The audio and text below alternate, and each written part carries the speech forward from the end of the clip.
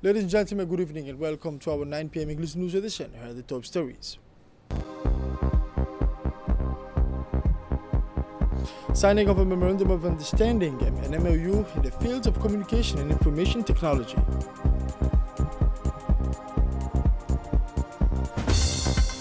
And for the international news, in Mali, schools and gas stations reopened despite the jihadist blockade. The details tonight. Welcome to our newsroom, ladies and gentlemen. The Ministry of Communication in charge of Post and Telecommunication, Mr. Radwan Abdullahi Bahdoun, received yesterday in his office the Ministry of Planning and International Cooperation of the Republic of Yemen.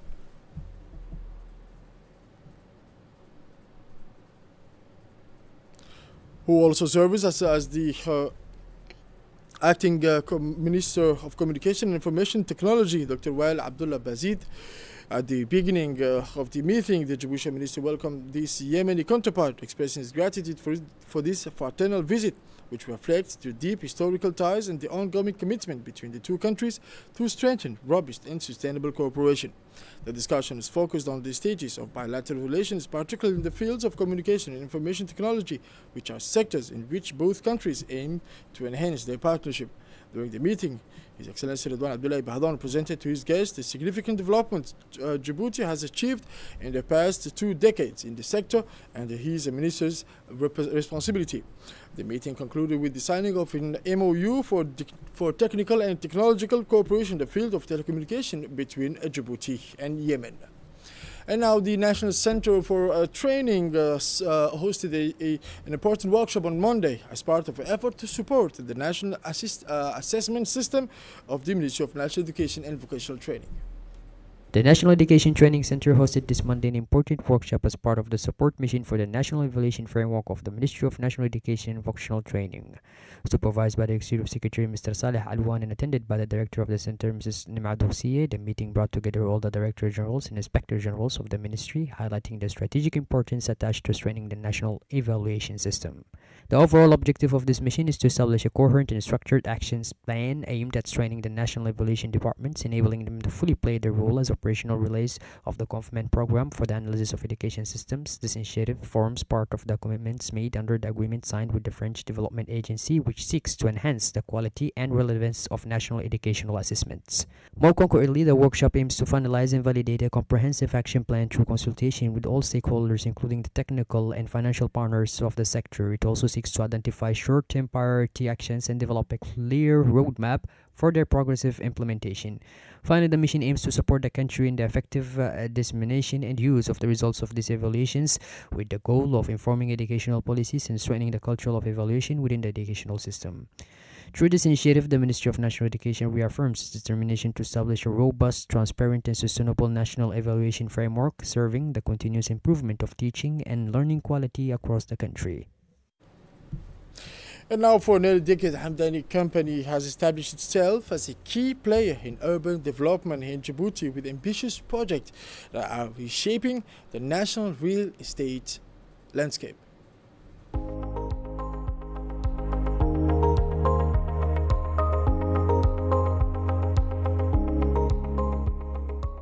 Since its creation in 2016, Hamdani has quickly established itself as a key player in the real estate development landscape, driven by a mission to provide modern, high-quality living environment. Its vision is to sustainably transform the urban landscape by creating a structured and accessible residential hub. This report aimed to highlight the company's journey and the flagship project that exemplify this ambition.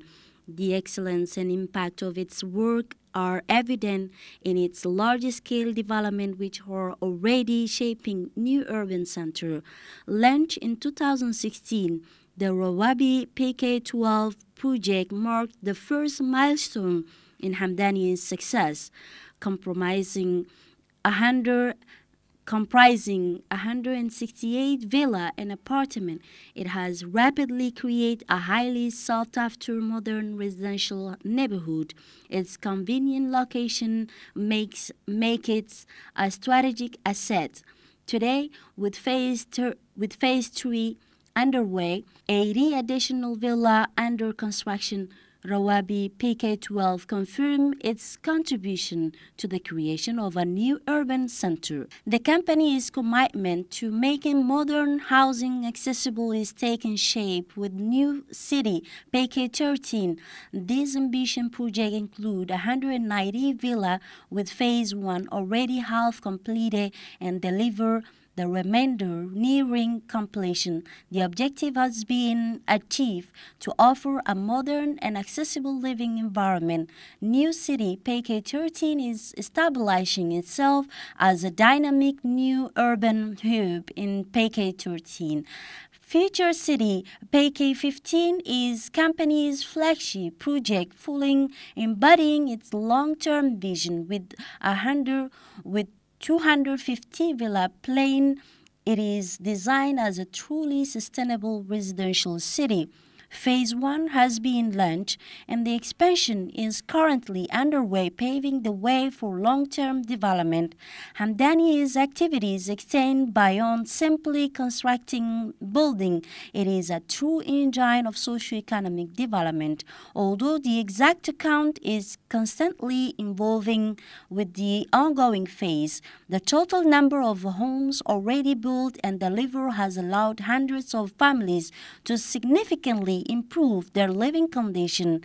Furthermore, the construction sites have generated a substantial number of jobs, both direct and indirect, thus stimulating the local economy. Overall, the project implemented by the company have a structuring impact, contributing massively to the modernization of the local real estate sector by raising standards of quality, urban planning, and accessibility. Welcome today in New City, one of our first and most ambitious projects in the city.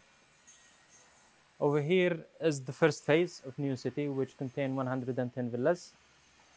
Almost 70% of the first phase is done, and people they are now moving on and start living here in the city. The city contains 2 phases. The first phase, as I told you, 110, and the second phase is 120. Over here in the first phase, there is the apartments. There's going to be 16 apartments and 16 shops. And also we have been caring about making a playground, swimming pool, and the first skating park here in Djibouti. The project started in 2020 and it's continue on, and now people they start living here. The company's focus is firmly on the future. Its immediate priority is the completion of the current phase, Rawabi PK12, Phase 3, the New City PK13, and the future city of PK15 extension. By 2025, the company already has new project plan, all guided by the objective of strengthening quality, sustainability, and innovation in its construction. And now Health, the medical team of the Arta Medical Center, in collaboration with the Chinese medical team from Hospital Peltier, organized a medical caravan benefiting the residents of Arta City and the surrounding areas. This caravan offers specialized medical consultation in several fields, including dentistry, ophthalmology, orthopedic, cardiology, traditional medicine, and others. The caravan was warmly welcomed by the chief doctor of the Arta region in the presence of local administrative authorities and community leaders. A large number of Arta residents attended to benefit from these services and care provided by the Chinese medical team. At the conclusion of this mission, Arta officials expressed their deep gratitude to the Chinese medical team for this noble and supportive initiative, which contributes to enhancing health cooperation between the two sides and improving access to medical care for the local population.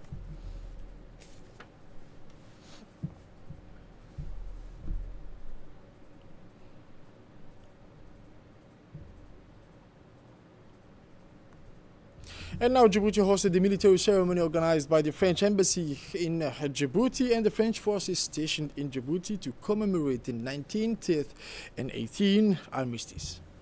This morning, Tuesday, November 11, 2025, at 6:15 a.m., La Malmaison Square, located in front of the French school Joseph Kessel, hosted the military ceremony organized by the French Embassy in Djibouti and the French forces stationed in Djibouti to commemorate the 1918 armistice, presided over by Air Division General Sebastien Valette, commander of the FFDJ, and attended by the French ambassador to Djibouti. The ceremony brought together French military personnel, representatives of local authorities, and members of the Franco-Djiboutian community.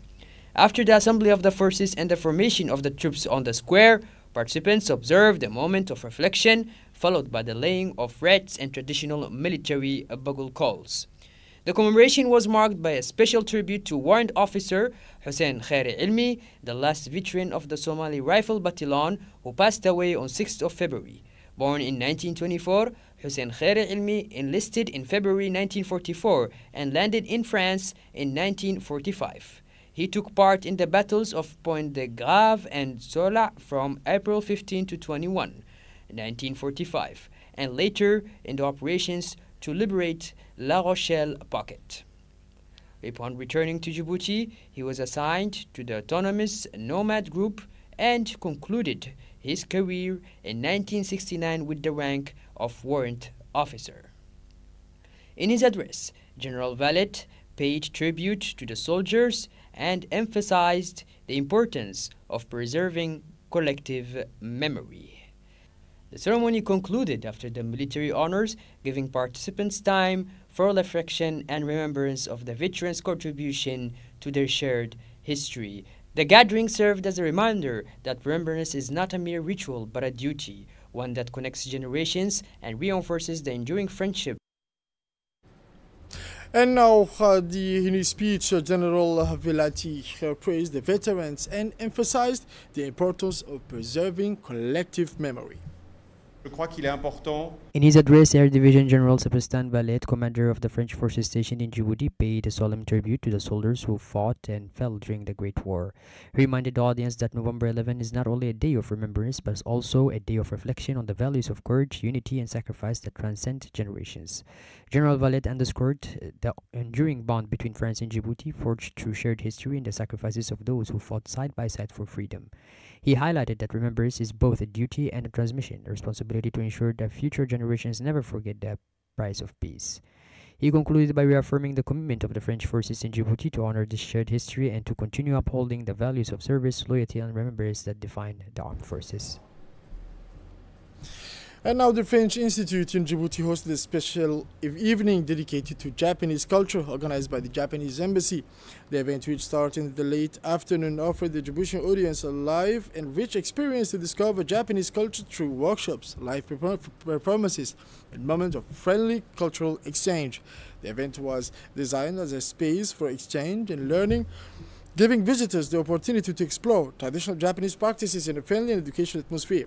Near that, a table was dedicated to the Japanese counting arts soroban, using the manual abacus, where several Djiboutian youth showcased impressive skills in performing calculations quickly and accurately, and encouragement and also guidance from a Japanese expert present at the event. Another highlight of the evening was the temporary Japanese library set up for the occasion, where visitors found a variety of books covering topics such as Japanese calligraphy, origami, manga, children's book, and various cultural works. By bringing together children, youth, and adults around interactive activities and cultural workshop at the Japanese Embassy, succeeded in transforming the evening into a real bridge for communication. This event reminded everyone that despite geographical distance, culture remains a universal language capable of bringing people closer through curiosity, knowledge, and human exchange.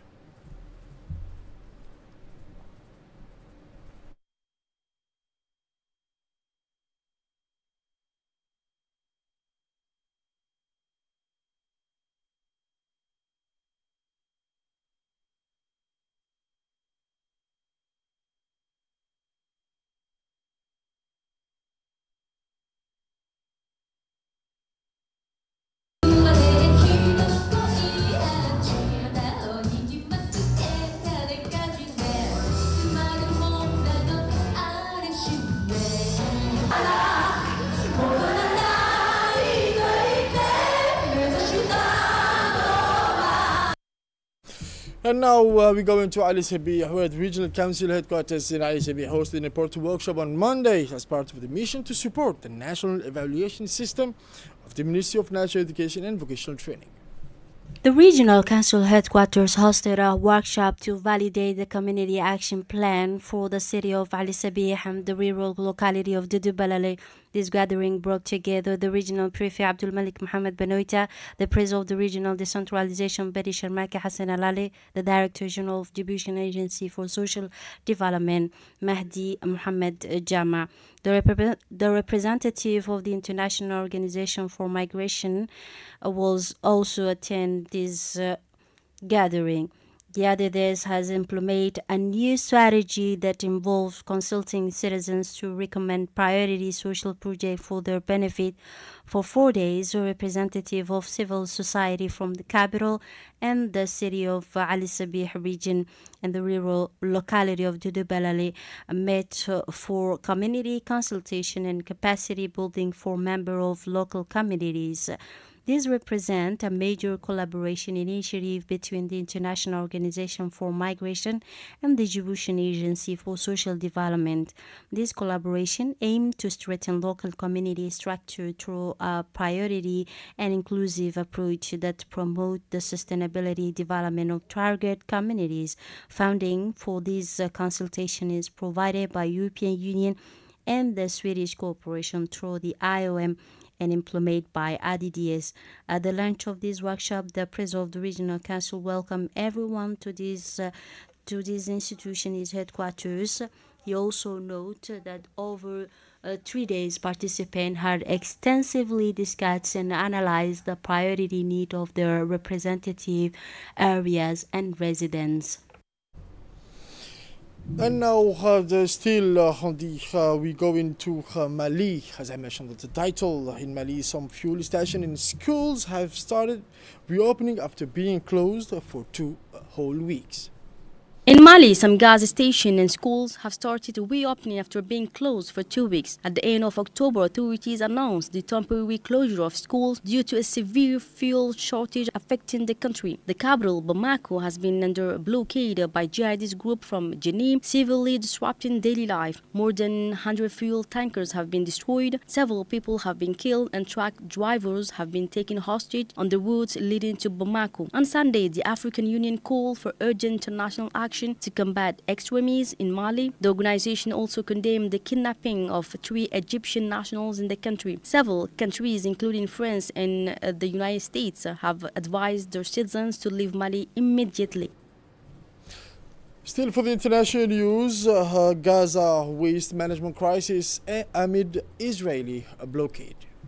Gaza sanitation teams are struggling to access the eastern part of the city due to a blockade imposed by the Israeli military. This area is home to the city's main waste disposal sites. As a result, the city can no longer manage its solid waste, leading to an environmental crisis. These waste spills in the heart of Gaza City are a ticking time bomb for the residents and displaced people living here. We are facing a dangerous reality that is affecting daily life and worsening the humanitarian situation, explained one of the city's residents. From a health perspective, the people of Gaza fear outbreaks of disease, particularly among children, old people, and those with chronic health conditions as the threat grows. This comes amidst an already dire humanitarian situation. The accumulation of waste in densely populated areas has led to the release of toxic gases, the proliferation of insects, and the spread of unpleasant odors, creating dangerous living conditions for thousands of residents in Gaza.